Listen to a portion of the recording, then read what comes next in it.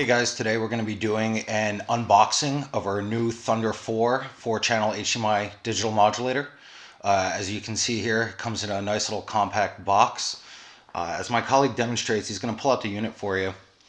And it's fairly simple, very straightforward.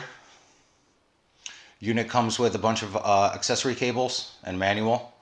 Again, it's very small for a rack mount piece. That's 4 channels. It comes with a pretty easy to use read manual, and along with that comes 4 HDMI cables so you can connect all your sources to the back of the unit. Now this unit comes with link LED lights that will show you if the actual cables are input and if they are running. On the front you have a small D-pad with a couple buttons, and using this you can change the NMS IP address. The NMS is used to actually log into the unit via like a computer, so you can use your web browser to find the unit. And we have a separate video online that'll show you that. But here you can see that it's fairly simple to adjust the IP address just by using the buttons on the front. You can go ahead and adjust up and down and change it to whatever your subnet is, so you can actually connect the device to your computer. And make sure whenever you change any settings, you want to save, and the unit will actually put that in its flash memory. So if the unit ever turns off and back on, those settings will pop right back up. As you can see, there's a display here that shows you all the different functions, the encoding, the modulation. You can pretty much do anything you want with the unit from the front.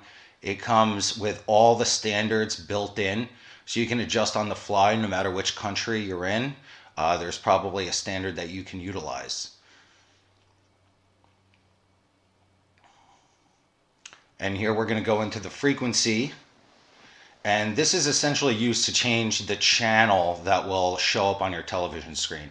And if you're not familiar with it, we do have PDFs on our website that shows you the correlation between frequency and channel number.